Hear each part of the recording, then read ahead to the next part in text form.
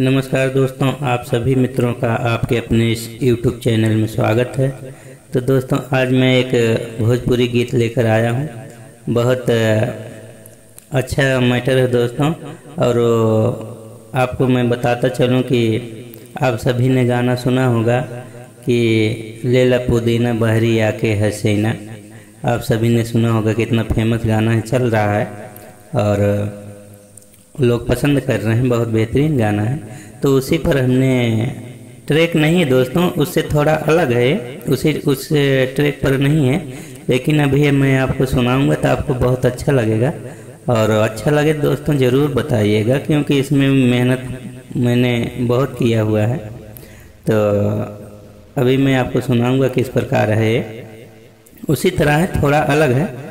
तो जैसे आप देख पा रहे हैं दोस्तों कि रोज रोज बेचे खाली उहे पुदीना, भैल बा अरवा हो बड़का कमीना, मुश्किल बा कैले मोर घरवा में जीना, रोज रोज बेचे खाली उहे पुदीना, भैल बा अरवा हो बड़का कमीना।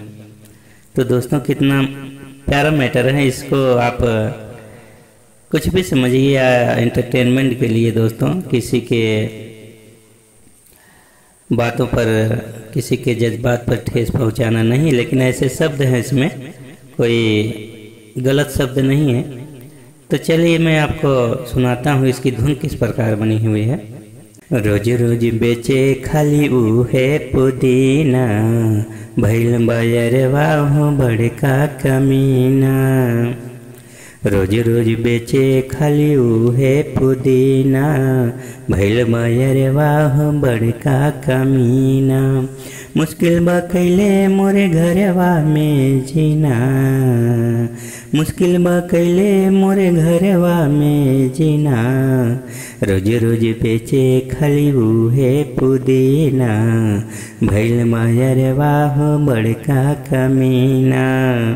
रोज रोज बेचे खाली उहे पुदीना, भैल बयरवा हो बड़का कमीना। अंतरा है, आलू न बेचे नहीं बेचे टमाटर, लेके पुदीना घूमे जैसे फटीचर। हाँ, आलू न बेचे नहीं बेचे टमाटर, लेके पुदीना घूमे जैसे फटीचर। लैला पुदीना कह के बोले हसीना, लैला पुदीना कह के बोले हसीना, रोज रोज बेचे खाली उहे पुदीना, भैल बयरवा हो बड़का कमीना, भैल बयरवा हो बड़का कमीना। लाज शरम के वो धोके पपियाले, हमरो इज्जत के फलूदा बनौले। लाज शरम के वो तो धोके बपियाले, हमरो इज्जत के फलूदा बनौले।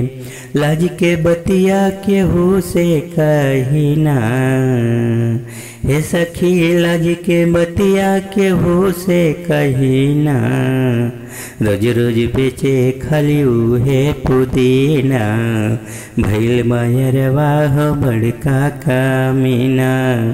रोज रोज बेचे खाली उहे पुदीना, भैल बयरवा हो बड़का कमीना। तो दोस्तों, इस प्रकार ये गीत बना हुआ है।